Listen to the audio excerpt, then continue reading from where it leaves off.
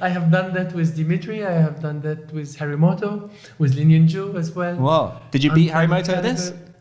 I think it was like, I think we done like 3-4 points. I think it was the end 2-2, something like this. You went for a draw. Yes, we went for a draw, and then we left it there. Otherwise, we.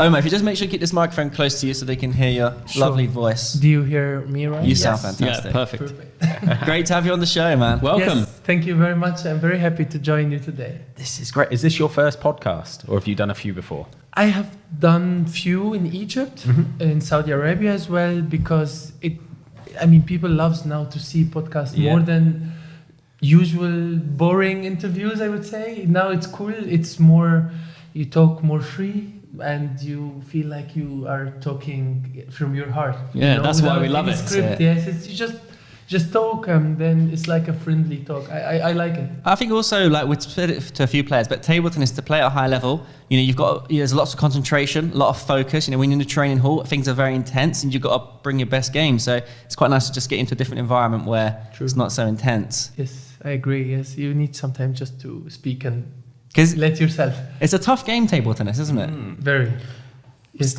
Speaking of tough game, you just got through an absolutely mammoth game against Benedikt Duda. True.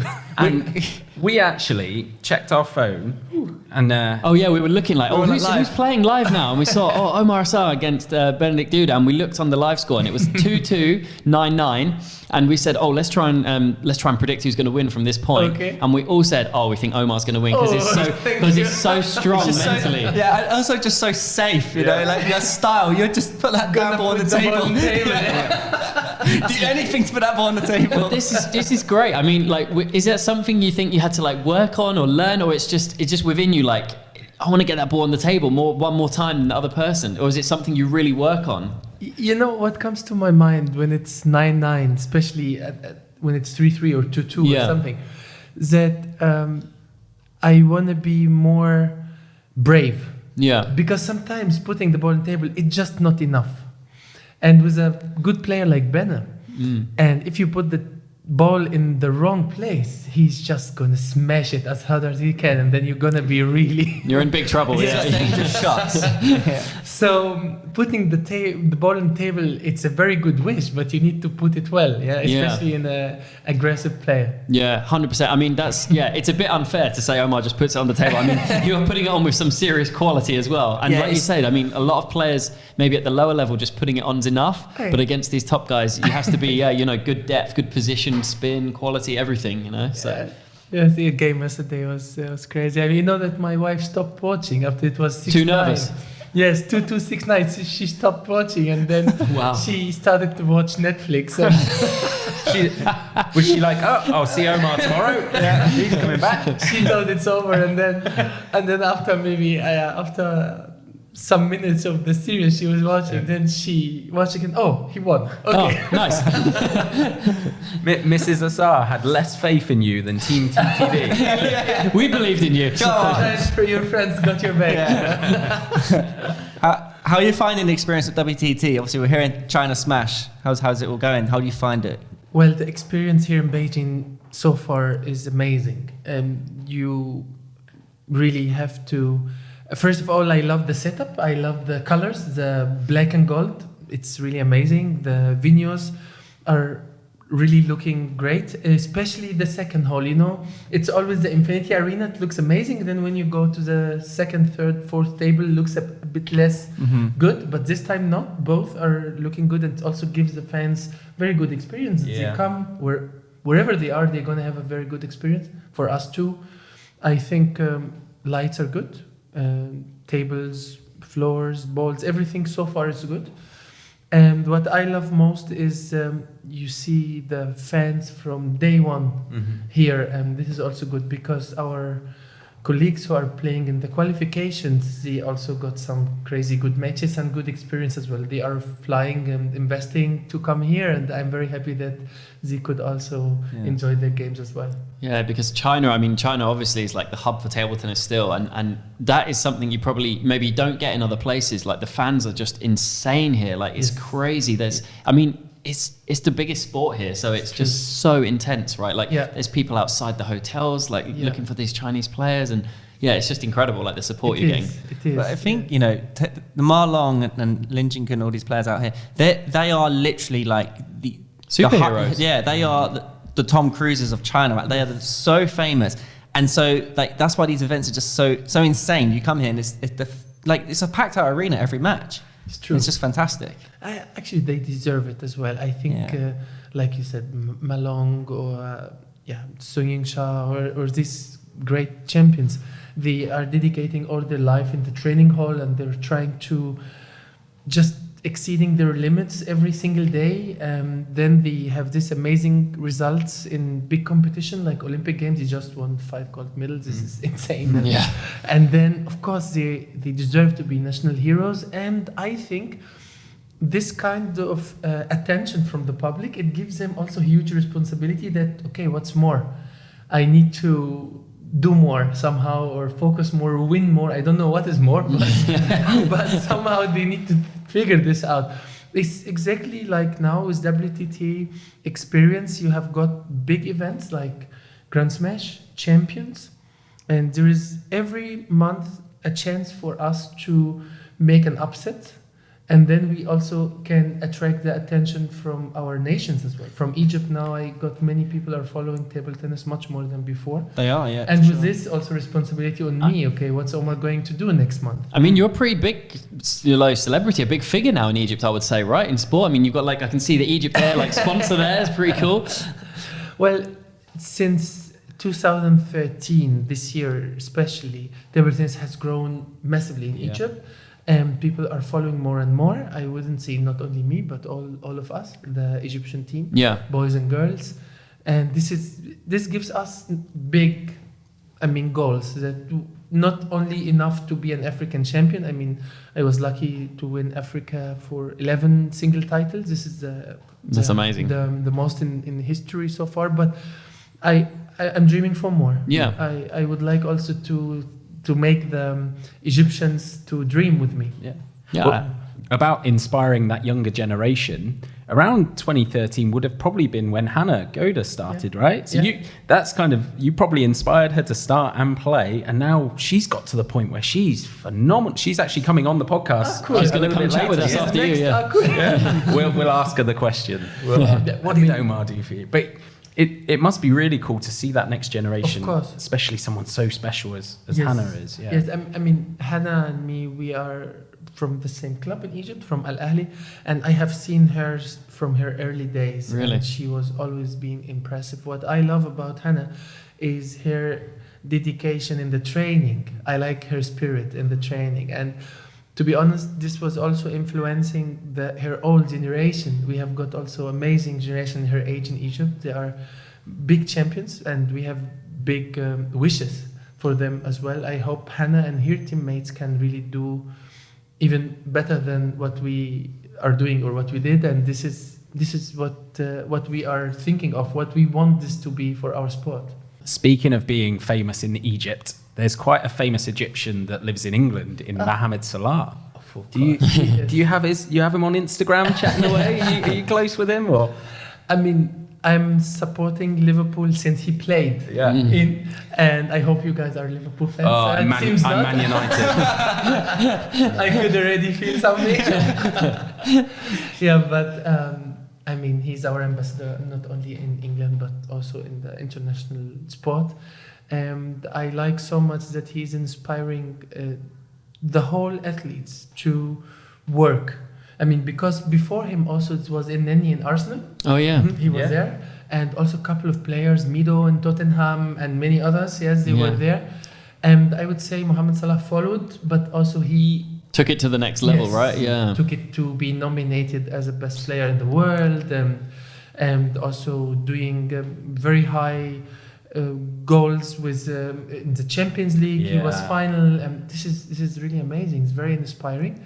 And I would say also for us is to see, okay, this to be there, it's also possible in this level. He actually plays table tennis. He did. Yeah, he claims that he's the best player, right? Yes. So I think we need to get that going. You need to go visit him. You can show him some tricks. A challenge You know? match. I have actually, when I got my first racket from Butterfly 2019, I signed it. I sent him some nice words, Awesome. and I sent it to Liverpool. And then I have met his brother in one of the award ceremonies in Cairo. This was, I think, 2 years later. And then I wasn't sure if he got it or not, or lost somehow in the post or something, because I just put the club's address. That's brilliant. I don't have his personal address. Yeah. So, and then I have asked his brother, I said, you know what this happened? I said, yes, we got it. And he was playing with it. Oh, and wow, I said, that's really it's cool. amazing. Yeah, this is nice. Yeah, this was Super cool. cool. This was cool. That's why he's so good. He's using the Omar Assar signed racket. But I'm not sure in this famous video when he was in the locker playing with his teammates, because the racket was not as fast as mine, so I believe it was not that. That's really cool though.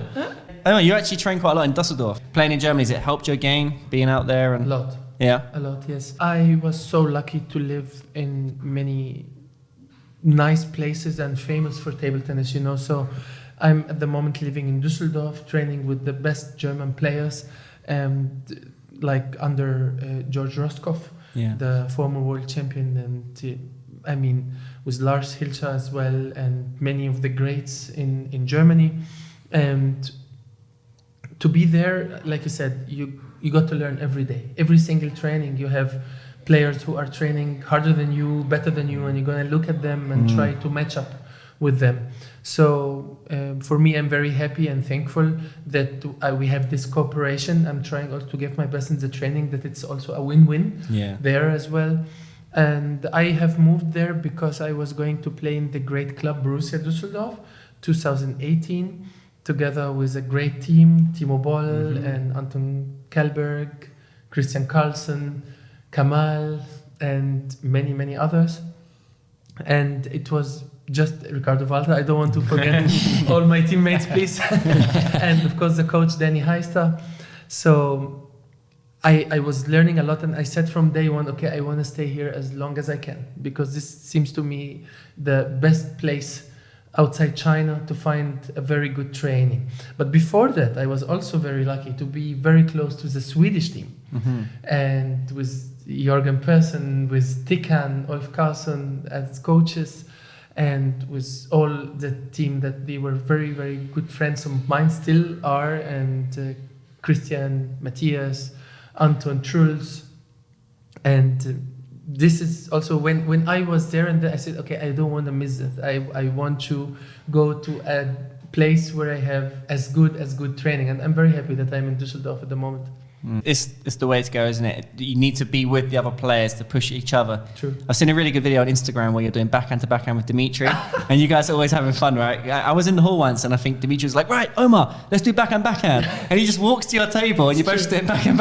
It's so funny. I was like, that's just fantastic. And the rally was like 50 balls, backhand, kick. Yes, The kick is so tough. If I do kick, I get about 4 in a row. You guys are just like 50 to 100, no problem. It's phenomenal. Kick is a really good feeling as well. You know, when you get that timing where it's just like so spot on, boom, boom. Yes.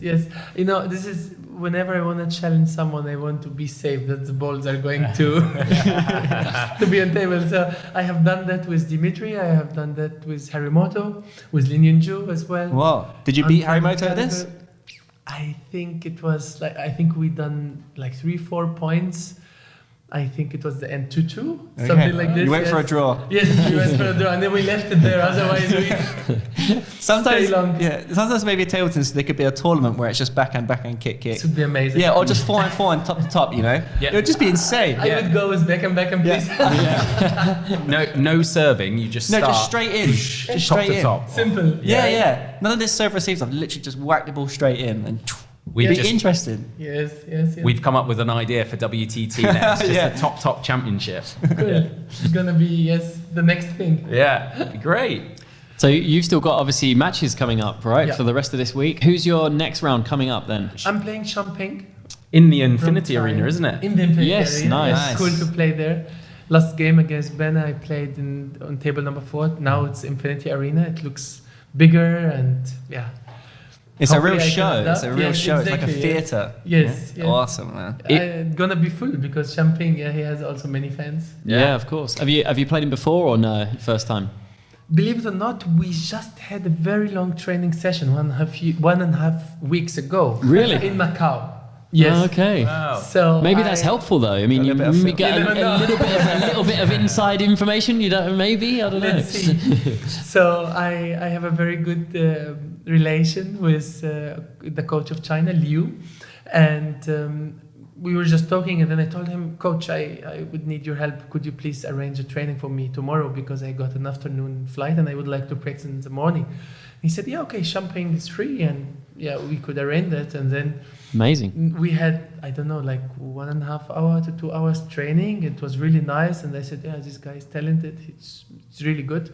Now we are in that draw together, so we will see. It's funny how it happens like that, right? It's like How does it work when you want to knock? So when you turn up here, like, do you knock with the other Egyptians, or do you just send a text out to like Dima and like, hey, I want to knock tomorrow at 1. Do you fancy it? Well, this is actually a good question, because I am a planner when it comes to the training. So I would know that there is a Grand Smash in 2 weeks. So I would say, okay, I will arrive 3 to 4 nights before usually. Then approximately I'm going to have 7 training sessions in the 3 nights before my first game. So I want to practice the first time with Hugo, the second time with Felix, third time I would like to have a left-handed, and like this. And then I would plan it and then send them messages on F. And they always laugh about it, because Hugo says to me, Omar, you sent me very long time ago. And but it's good. It's so important to be organized, right? This is important as a top player. You have to be ready. You have to have everything planned, I think. I would be the same, to be honest. I think some people probably turn up, oh yeah, that's okay, I'll practice with whoever, but... And especially that I'm flying most of the tournaments alone, and then I really don't have this luxury to have my Team Egypt with me, that I am safe with some training. So I have to arrange every single session, and I want to be as good as possible. And here is amazing. You are in the middle of the top players, so why not? On the flight, do you watch Netflix? I do, and I use also to watch some victory moments of me. It pushes me up. It keeps me dreaming. Yeah. Nice. That's brilliant. Yeah. Do you do like some video analysis and stuff as well, like, I watching do. a game? And it's always very funny, because the passenger next to me, he always have a comment, especially on my way here to China. Then he looks, and then he is almost looking at me with the video. Then he would stop whatever he's watching, and then he turn his head, and then he keep watching with me, and then sometimes they ask me questions. Oh, that was a good forehand. Thank you. That's really cool. He starts giving you feedback. Maybe you could do your backhand like this, Yes, exactly. Change the angle of your back when you come in. What? Omar, we're doing another video piece on Ma Long. Obviously, Ma Long's from China. He's regarded as the GOAT of the game. Yes. Obviously there's arguments to and forth, but Ma Long is he's top drawer. I know you're a big fan of him as well, and obviously competed with him and teammate. Yes. What do you think makes him so good at the game? Like, what makes Ma Long Ma Long? Well, when I think about Ma Long, I really think about Messi in football. He always have this kind of mindset to find next goal, because like you said, he's a GOAT. He won everything, sometimes multiple times, and how can you refresh your mindset? How can you wake up next morning and want to work again for the next? So somehow he has this. He's never like fed up. He always hungry for more. And this is really amazing. When he announced in, I think this was last year, that this is going to be his last Olympics in Paris, I really felt sad. Yeah, I felt that too. Dan was too. Oh man. I felt I really want you around. Just keep somehow. playing, man. We love you, Marlon. Yes, just be there. Yeah, And, just be always there. sad when like an icon like that, it's like, it's the last Olympics, Sa- man. It's like, it's gone. Same now. with Timo, wasn't it? Timo. Yes. Oh my God, that's Exactly. gonna feel weird. Yes. Timo not on the pitch. Yes. Went to Malong, I think, it was actually Macau World Cup.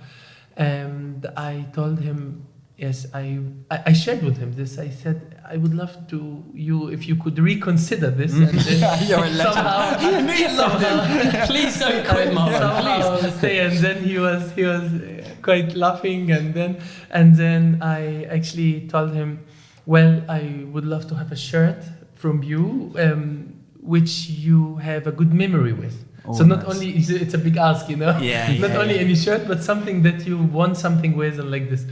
And then he said, yes, then let me think about something, and then I will bring it to you in Saudi Smash. And then I said, okay. And then I met him in Saudi Smash, and then he seems to be, maybe he forgot or something. Then I just because he had matches there and like this. And then that evening, I was practicing with Felix, I remember. Then he walked to my table and said to me, Omar.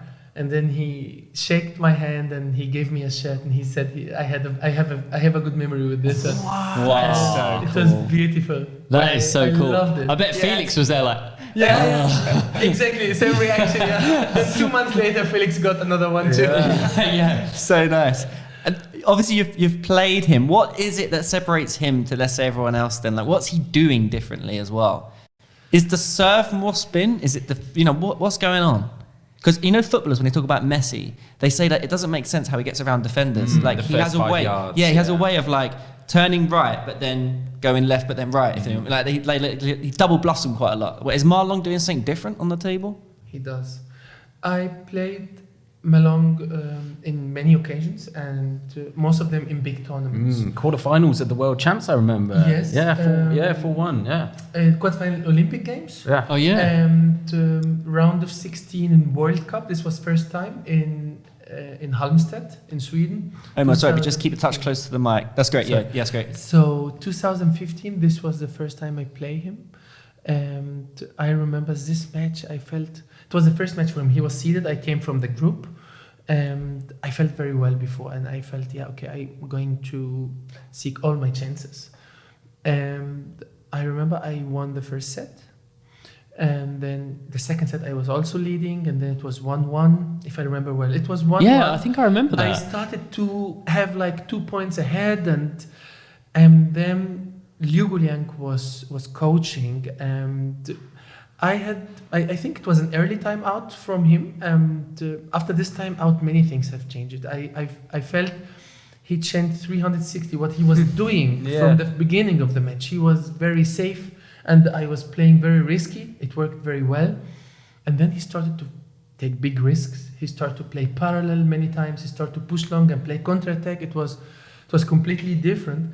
But how ready is his plan B? This is amazing. Interesting. Because every one of us has plan B and sometimes also 2 other plans. We try, Omar. Well, maybe the pros do. I don't know about us out here, trust me. It's tough.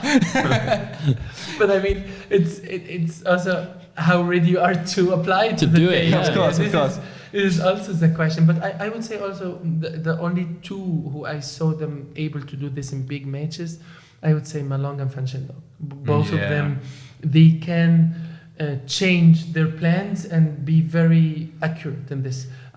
Sometimes you think you have got it, but no, not today. Yeah, that's really interesting, yeah. It's like they've trained multiple styles maybe, or they're just so adaptable because of their level, and tough player. I wanted to just go back a few months back to Paris. Yeah. Obviously, you came up against Truls in the quarterfinals, and Yeah. Truls had just come off his big win against Wang Chuqin. True.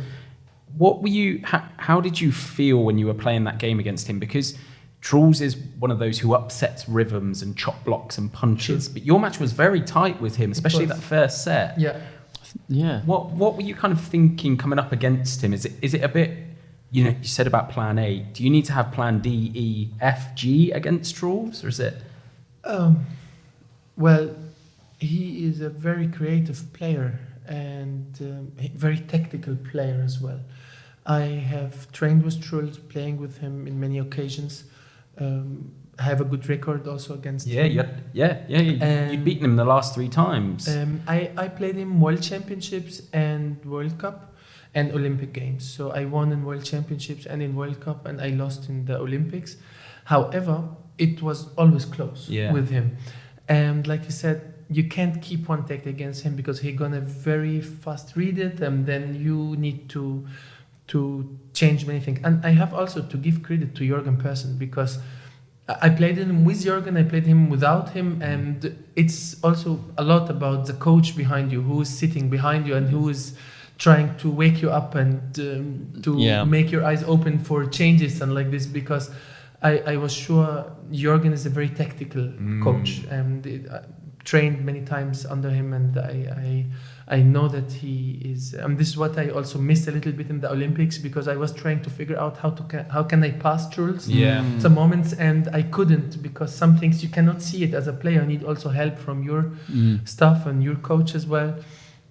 But back to Truls, I think in a very good day of Truls, it's very hard to beat. Yeah. Especially when he starts to build up his confidence. But what is really amazing by Truls is how he acts in the crucial moments. When it's 10-10, 11-11, how can he also play the same creative style as well? Yeah, in a crazy... Because I'm good in reading spin. So when he's doing his amazing shots and like this, sometimes I'm able to bring it back on table. But in the Olympic Games, I would say he was playing amazingly good, amazingly sharp in his mind, especially when it was second, third, and fourth set. I think we always have very small difference in the points, and I think this is a match to remember. I must share with you this, guys, but I'm still not 100% recovered from this match. It's really hard. It was really hard. Imagine, man. Really was tough loss. But very happy for him. I'm very happy for Team Sweden. The this generation really deserve this kind of victory. It was already delayed for many years. I was waiting them to make an upset. I think this heartache though will push you forward, give you more motivation in training hall. I can see you're a super dedicated player, and you're going to come back and do crazy things. You know what I mean? I really hope. Well, that's what it will just happen. Manifest it. I can tell you have this real belief, drive. You can see it. You know, just the way you're contacting the players before, hey man, can we practice? It's fantastic. I love it. You would be a great project manager once you retire from table tennis. Okay, this is good. I have a good future. I thought I'm only good at the table. What is so currently ranked number 18? Yeah. What is phenomenal, man? That's world class. Yeah, that's top stuff. Yeah. What's your aim? Is it to break top 15, top 10, or is it to kind of maintain top 20? What are you thinking when you look at your... Or maybe it's not a ranking goal. Maybe it's winning a certain event, or... Well, what is your goal? Yeah, what's the... I have a goal to try to develop my game as far as I can, because until this moment, I feel there is a very big gap between my limit, where I can... physically being better, or technically, tactically being better, also in psychologically at the game. I feel in every aspect and every part of the game, I have still potential. And this, I feel, it's not only my opinion, it's also opinion from my coaches who I work with and my colleagues, where I always ask, how can I get better? And I want to seek that. I want to run behind it. It's not always easy, but I am a big fan of hitting the training hall and trying to search for solutions for my current weaknesses and trying to make my strengths even better. So this is what I'm working on now. If ranking comes, I'm super happy. I mean, my best ranking was number 13 in the world. This was some few months ago. If I can crack it to top 10, I will be very, very happy. And it will be also a new record for my country. So it would be great. The quadri was number 10 already, so this is amazing. I was very happy for getting our continent in a very good place, and so. But you used to have a nice rivalry. You push each other. Yes. Nice. I think in the last 14 years, the final of Africa was over, I would say, 80% Quadri and me sharing the final. This is really something, and people start to wait for this match. Of course, it's a long way to the final. Sometimes you look at that. Sometimes we reach the final, we are done already. But I'm very happy to share this moments with him and to represent our continent. And I hope we are a good representative. I hope we do a good job. Absolutely, you do. Absolutely. Right, Omar, listen, thanks so much for your time, and it's You're been a welcome. great chat. And we wish I you the enjoyed. best. Yeah, we wish you the best of luck for your career and also for Thank the you event very here much. at WTT China. Thank you guys. It was amazing, and hopefully we see you more often in the events in the future. Yes, Yeah. let's hope so. Thank you very Big much. thanks to WTT for having us out here, and be sure to check out WTT on worldtabletennis.com. They also have an app now, WTT, so be sure to check that out. You follow the results really easily, so yeah, it's fantastic. Yeah, and obviously check out the Infinity Arena. You're going to see Omar in there against Zhang Peng. That'd be Yeah. a great game. Thanks Let's so much go. for watching, Thank you. guys. Cheers. See you soon. Cheers.